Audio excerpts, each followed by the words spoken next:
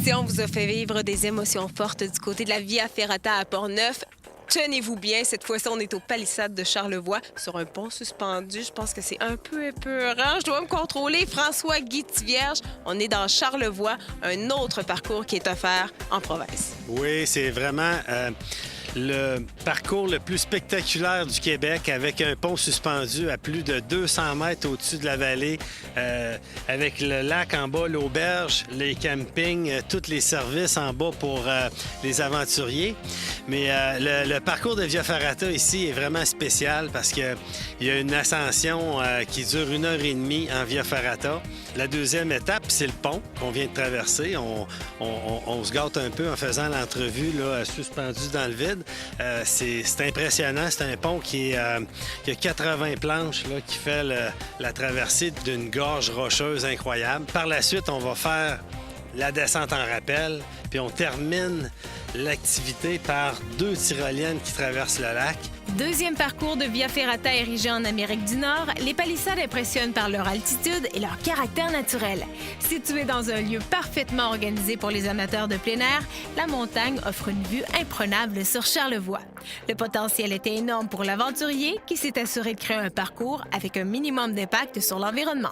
Quand on m'a approché par la MRC, le parc était abandonné par le gouvernement.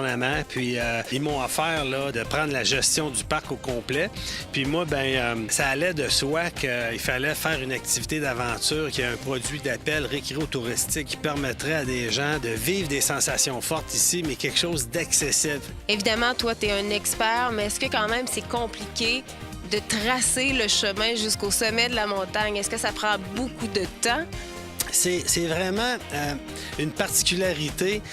Il faut se mettre dans la peau d'un débutant, se mettre aussi dans la peau pratiquement d'une chef de montagne, puis de dire, ça passe par où le parcours le plus facile dans la montagne.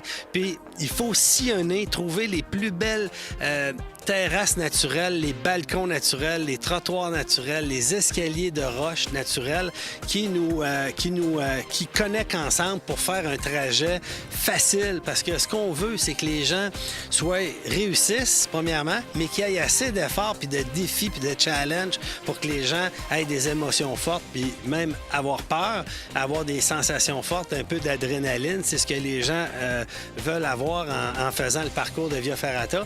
Pas étonnant que les grimpeurs qui entreprennent l'ascension des palissades de Charlevoix soient si nombreux. Depuis 13 ans, ils sont des milliers à avoir atteint le sommet de la montagne. Parle-moi un peu des obstacles qu'on a pu rencontrer, là, les obstacles naturels. Bon, bien, c'est sûr que la Via Ferrata est entrecoupée de passages rocheux qui offrent des paysages à couper le souffle. Il y a des passages où il faut faire des grands écarts, des passages où il faut tirer sur les bras. Et puis, la dernière section, c'est un mur assez vertical avec des terrasses naturelles, puis des balcons naturels, des trottoirs naturels, puis qui donnent des sensations fortes comme si on faisait de l'escalade, mais c'est de la Via Ferrata. Si vous êtes un amateur de sensations fortes, la Via Ferrata aux palissades de Charlevoix vous surprendra. L'ascension est physique, intense, voire même renversante. En famille ou en solo, elle demeure malgré tout très accessible aux personnes âgées de 10 ans et plus. J'ai trouvé ça surprenant, mais confortable. C'est rassurant quand même d'être accroché, mais vraiment, c'est les décors, puis c'est magnifique, majestueux. Ça permet de décrocher vraiment. J'ai pensé à rien d'autre que la montagne, les gens qui étaient avec moi, puis je pense que c'est vraiment ça, décrocher. Puis c'est quand même une journée ou une après-midi au complet, là. Fait que c'est vraiment une super activité plein air, finalement. Il y a bien longtemps que l'emplacement avait été découvert. Et le pionnier de l'escalade traditionnelle au Québec, Jean Sylvain, y était dès le début. Qu'est-ce que ça vous fait de voir qu'il y a autant de gens qui viennent ici chaque jour pour profiter des installations? C'est extraordinaire. Je pensais pas de voir ça un jour. Parce que quand je suis arrivé ici, moi, il n'y avait absolument rien. C'était juste la forêt, il n'y avait pas de stationnement. Il n'y avait absolument rien. Là. Puis en ville, nous, on grimpait sur les édifices. On grimpait le Château Frontenac. On grimpait les Portes Saint-Jean. On sautait dans un camion de neige. C'est de l'aventure. On était jeunes, mais c'était pour faire de l'aventure. J'ai trouvé les parois comme terrain d'aventure. Là, on peut y grimper sans se faire courir par la police. On a fait toutes les parois de la région. Rivière-Malbaie, un peu partout. Puis on a trouvé ça ici, là, c'était libre, c'était terrain libre, tu sais, le terrain du gouvernement. Puis on dit, on s'installe ici. Puis on a commencé à grimper ici, mais avec rien.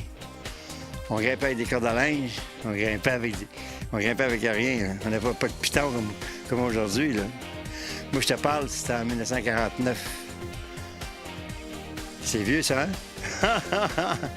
En important le concept de Via Ferrata au Québec, François-Guy Thivierge a rendu accessible et sécuritaire la sensation de grimper. Choisir Charlevoix pour vivre l'expérience, c'est opter pour un site unique au monde et des paysages époustouflants. Il n'en reste maintenant qu'à vous de braver la montagne.